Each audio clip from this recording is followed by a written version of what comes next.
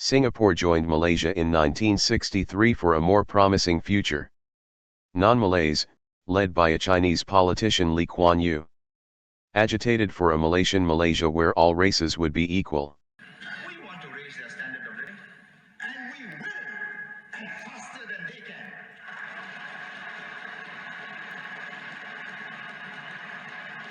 And at the end of 5, 10, 15, 20 years, a new generation will grow up that will no longer respond to the special VHF they use. They'll be tuning into the multilingual net. They'll be thinking like us, working like us, trained like us, prepared to live with us like Malaysians. Then we win. Malays in Malaysia wanted none of this. Theirs would be a Malays Malaysia of Tanah Melayu and Quechuanan Melayu, i.e., a Malaysia of Malays land where Malays rule supreme, and Malays culture and language prevail. Racial politics in Malaysia led to racial riots in Singapore.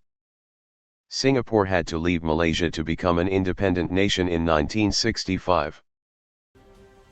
Now I, Lee Kuan Yew, Prime Minister of Singapore, do hereby proclaim and declare, on behalf of the people and the government of Singapore, that as from today, the 9th day of August, in the year 1965, Singapore shall forever be a sovereign, democratic, independent nation, founded upon the principles of liberty and justice, and ever seeking the welfare and happiness of her people in a more just and equal society. It became a nation with a substantial Chinese majority of 77%. Despite this, it is governed as a multiracial country with 4 racial categories of Chinese, Malay, Indian and others, CMIO for short, but based on the principle of racial equality. We are going to have a multiracial nation in Singapore. We will set the example. This is not a Malay nation, this is not a Chinese nation, this is not an Indian nation. Everybody will have his place, equal. Language, culture, religion. And we will carry on helping the Malays, as we promised to do. And finally, let us really, Singaporean, I can't call myself a Malaysian now, reunite, regardless of race, language, religion, culture. I guarantee you this. There will be a constitution which we will get redrawn, in which anybody thinks he has been discriminated against, and if he proves that it was because of these discrimination on grounds of race, language, religion, culture, then the court will have to enforce the Constitution and ensure minority rights. We are an equal society.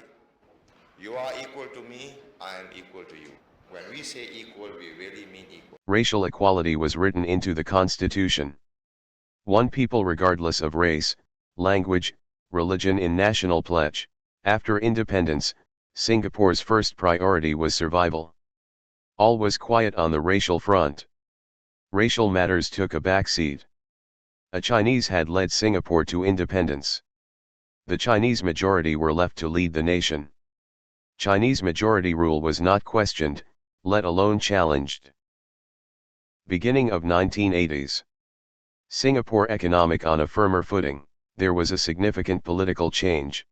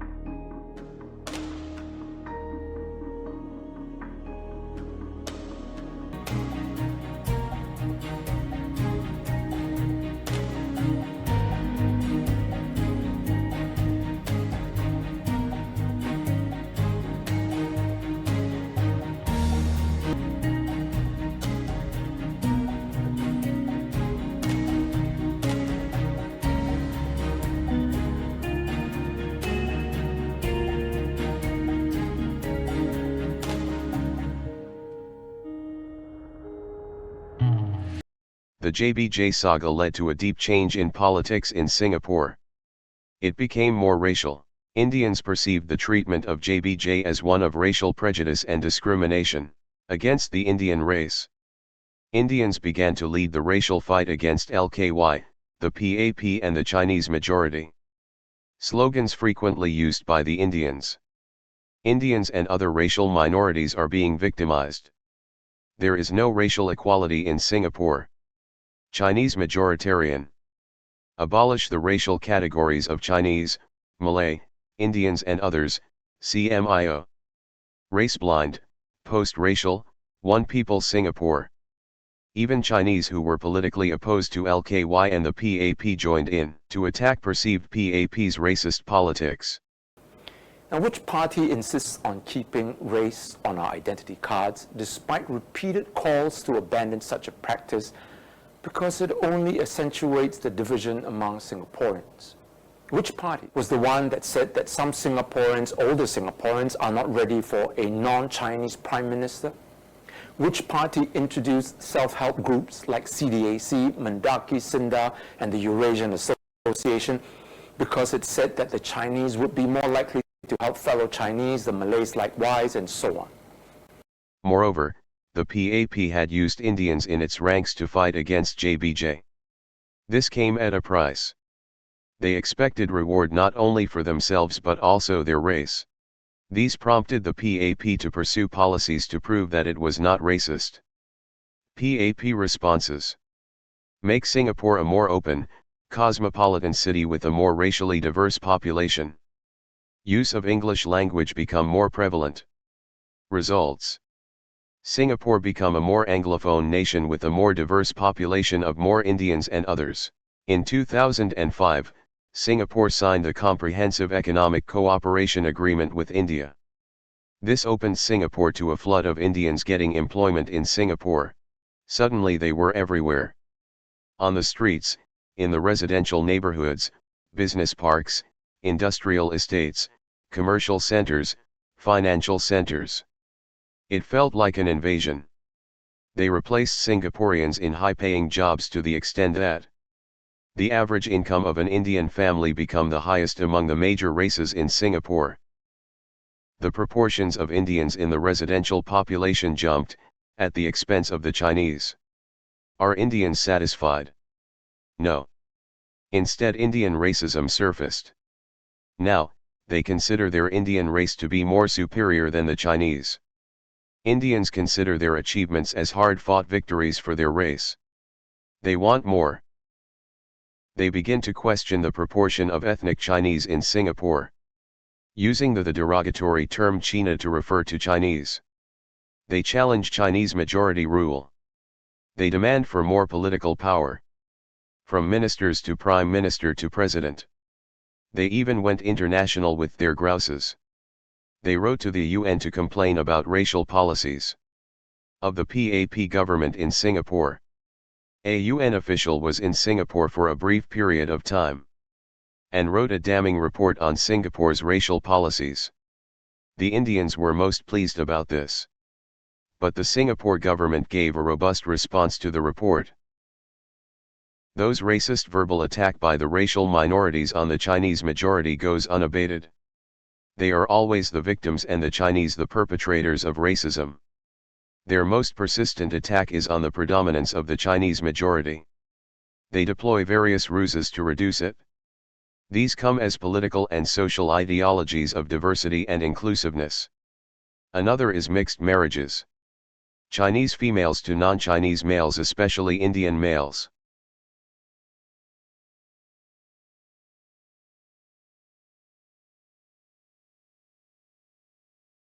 They are starting it from young. Yet another is majoritarian. They raise the specter of majoritarian whenever the Chinese assert their rights as a majority. Here is an ethnic Indian minister, Shanmugam, reminding the Chinese about the founding principles of Singapore's multiracialism and the dangers of Chinese majoritarian. If our founding fathers had followed the prevailing norm, Mandarin would have been our only official language. But we became independent in 1965, precisely because Mr. Lee Kuan Yew and his team decided on a very different approach for Singapore. Mr. Lee Kuan Yew declared on the day of our independence, this is not a Malay nation, this is not a Chinese nation, this is not an Indian nation. Everyone will have his place equal, language, culture, and religion. This was not just political rhetoric. Our founding fathers took systematic steps to build a multiracial, multireligious Singapore. They enshrined the foundational principles, unity in diversity, justice and equality in our national pledge. All citizens, regardless of race, language, or religion, were to have equal status. Policies were designed to enable each ethnic group to preserve its own cultural heritage. At the same time, our common space would be enlarged. If Chinese had been made the working language in 1965, and I quote, Singapore would fall apart, our races would be in conflict. Close quotes. The majority group accepted that while they were the biggest group, they should nevertheless take extra care and make sure that the minorities were not slighted. There are those in the racial minorities who believe that the substantial Chinese majority is a hindrance towards a national identity. They want it reduced as a means of expanding the common space. They are playing on dangerous ground. The gravest threat to Singapore's multiracialism is the change in the ethnic composition of its population. The proportion of the Chinese in the population has declined while those of the Indians and others have increased. The Chinese should watch it. The substantial Chinese majority did not come about easily by chance. It came about through the struggles, sufferings and sacrifices of the Chinese. They need not be apologetic about it. Instead, they should defend it if they feel it is being threatened. The dominant Chinese majority is the bedrock of Singapore's racial harmony. It is also the dominant factor in the rapid progress of the nation. If it were to have a 75% Indian majority, the Singapore story would be different. The change in ethnic composition in the population should not be allowed to happen for the following reasons. 1. It is against the fundamental principle and value of racial equality as stated in the Constitution and the National Pledge. 2. Singaporeans had to live through decades of stop-at-two birth control policy. It is most unfair to them now for Singapore to accept immigrants from a country such as India which has no birth control policy. 3. If it's about boosting the decreasing population, then since it's the Chinese population that is on decline, more Chinese, not non-Chinese immigrants should be accepted. Simply put, it is open and blatant anti-Chinese racism. Indians would not object to it but would criticize Chinese objection to it as Chinese majoritarian.